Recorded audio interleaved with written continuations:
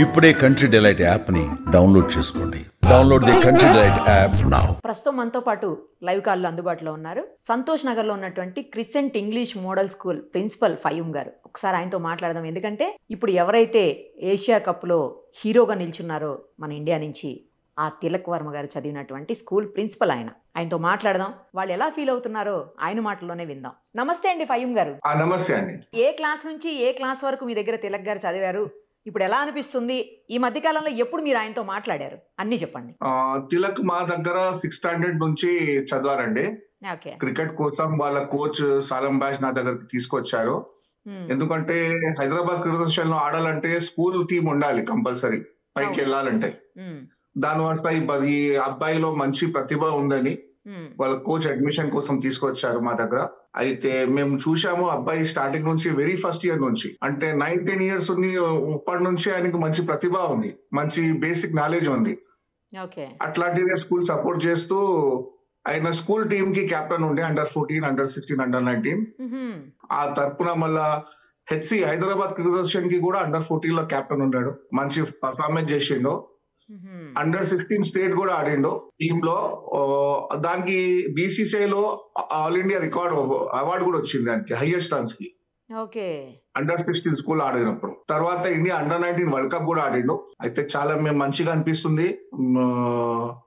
దానికి coach role చాలా ఎక్కువ ఉండే, ఆయన కోచ్ సాలం బాష్ రోల్ చాలా ఎక్కువ ఉండే.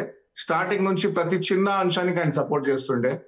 క్రికెట్ అంటే చాలా ఈజీ కాదండి, చాలా ట్రావెలింగ్ చేయాల్సి వస్తుంది. గేమే కాకుండా దాని గురించి మళ్ళా ప్రతి చిన్న అంశానికి ఆయన లంచ్ చేసిండా లేదా, బ్రేక్ఫాస్ట్ చేసిండా లేదా, ప్రతి అవర్స్ మాతోటి పర్మిషన్ తీసుకొని అవర్స్ ఆఫ్ చాలా చాలా గంటలు 6 hours కనీసం డైలీ ప్రాక్టీస్ చేయించడం ఆయనకి వెరీ ఫస్ట్ డే నుంచి. అంటే ఆ చిన్నప్పటి నుంచి ఆ టైం టేబుల్ చాలా స్ట్రిక్ట్ గా ఉంటుండే తిలక్కి. మళ్ళీ వీకెండ్స్ లో, ఆఫ్ సీజన్ లో నా దగ్గర తీసుకురావడం, స్పెషల్ క్లాసెస్ తీసుకొని చదివించడం. ఎందుకంటే కనీసం స్కూలింగ్ అయినా బాగుండాలని. స్టడీస్ ని కూడా ఎటువంటి మినహాయింపు లేకుండా కూడా చదివిండు. కానీ ఎక్కువసేపు క్రికెట్ గ్రౌండ్ లో, క్రికెట్ క్యాంప్ లో ఆయన స్పెండ్ చేస్తుండే. ఎప్పుడు మాట్లాడారండి లాస్ట్ మీరు? నేను ఇది ఐపీఎల్ టైంలో మాట్లాడండి ఆయనతోటి. ఐపీఎల్ తర్వాత మాట్లాడిన. ఐపీఎల్ వెళ్లే ముందు కలిసిండు కూడా.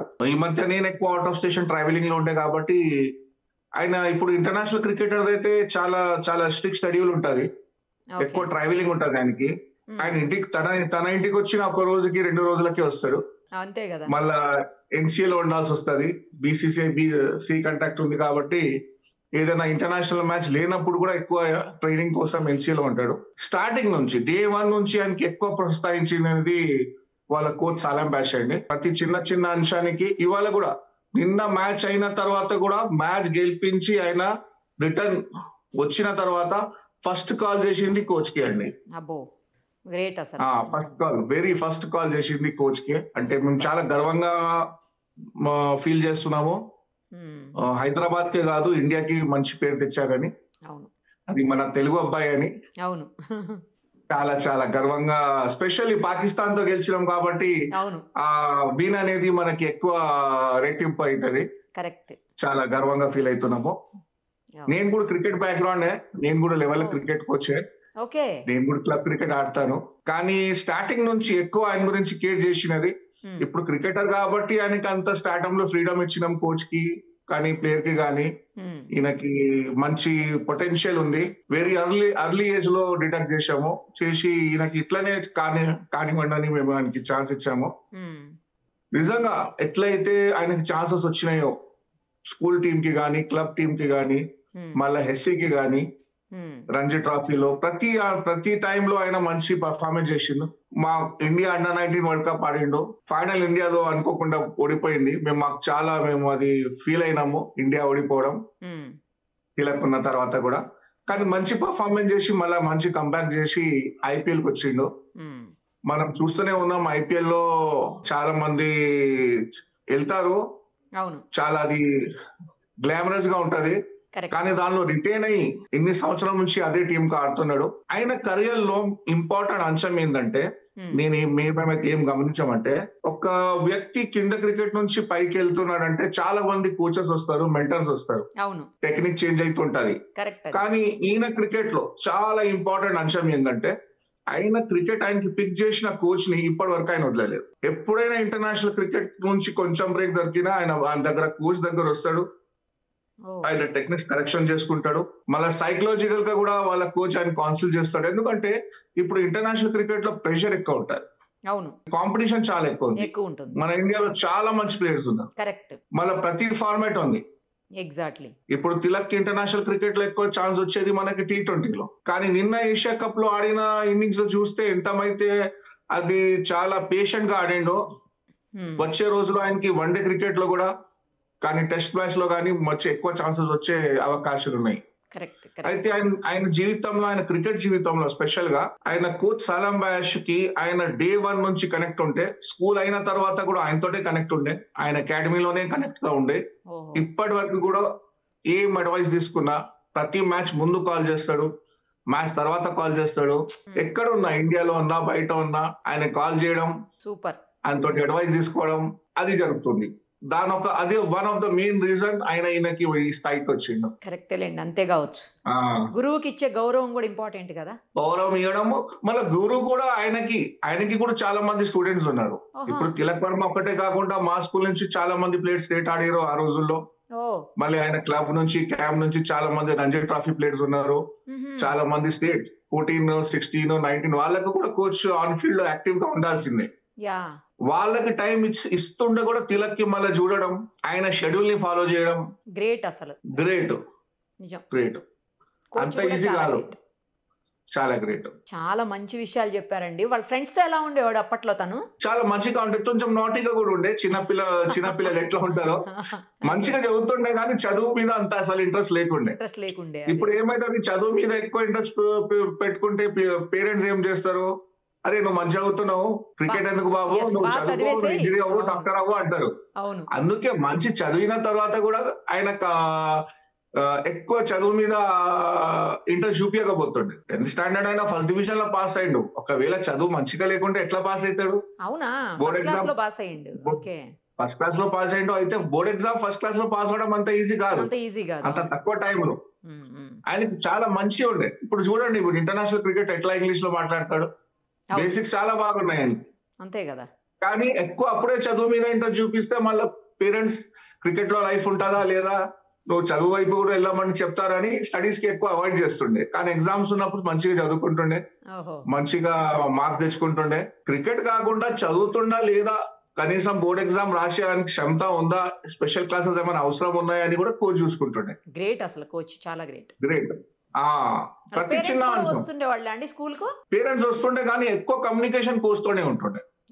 ఆయన కోచే మెంటర్ గా, కోచ్ గా, పేరెంట్ గా అన్ని ఆయనే. అంటే పేరెంట్స్ కు కూడా వస్తుండే, తెలుసు, వాళ్ళకి కంటాక్ట్ చేస్తుంటే నాకు రెగ్యులర్. ఇప్పుడు కూడా వాళ్ళ ఫాదర్ అప్పుడప్పుడు కంటాక్ట్ లో ఉంటారు, కానీ ఆయన రెస్పాన్సిబిలిటీ అనేది మొత్తం కోచ్ పైన ఉండే.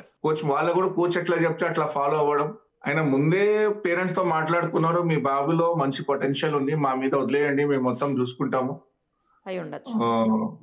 మేము చూసుకుంటాము. అరే క్రికెట్ చాలా పెద్ద గేమ్, మళ్ళీ చాలా ఎక్స్పెన్సివ్ గేమ్, మేమంతా చేయలేకపోవచ్చు అంటే నేను మొత్తం చూసుకుంటా అని మొత్తం కోచ్ స్టార్టింగ్ నుంచి ఆ రెస్పాన్సిబిలిటీ అనేది తీసుకొని ఇప్పటి వరకు కూడా, ఇప్పుడు ఇంటర్నేషనల్ వచ్చేసిండు ప్లేయర్ వదిలేద్దామని కాదు, జస్ట్ పోస్టర్ బాయ్ గా యూజ్ చేయడం అని కాదు, ప్రతి చిన్న అంశానికి ఆయనకి ఏం ప్రాబ్లం ఉన్నా తెలుసుకొని దానికి సొల్యూషన్ చేయడము ఆయన చూస్తుంటాడు. ఇది చాలా మంచిది. హైదరాబాద్ కి, తెలంగాణకి, మన తెలుగు రాష్ట్రాలకి, ఇండియాకి ఇంత ప్రెషర్ సిచ్యువేషన్ లో ఇట్లాంటి దాంట్లో కూడా ఏషియా కప్ ఫైనల్ లో గెలవడం నేను ఎక్స్పెక్ట్ చేస్తుండే. ఆయన 30-40 రన్స్ కి కాగానే ఇండియా వికెట్స్ పడుతున్నాయి.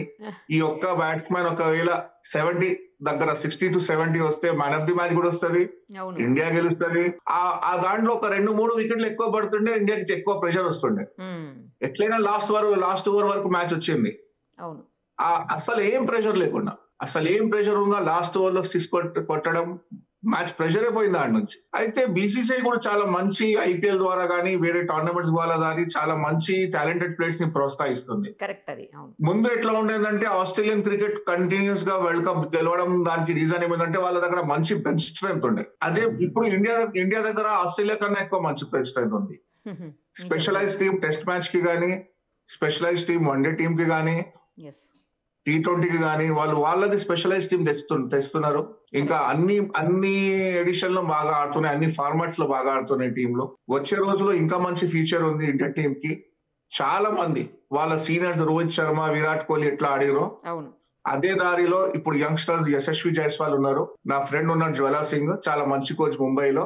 ఆయన దగ్గర ఈ యశస్వి జైస్వాల్ మెంటర్షిప్ వచ్చింది. ఆయన ఆయన దగ్గరే ఆడిండు స్టార్టింగ్ నుంచి ముంబైలో ఆజాద్ మైదాన్ లో.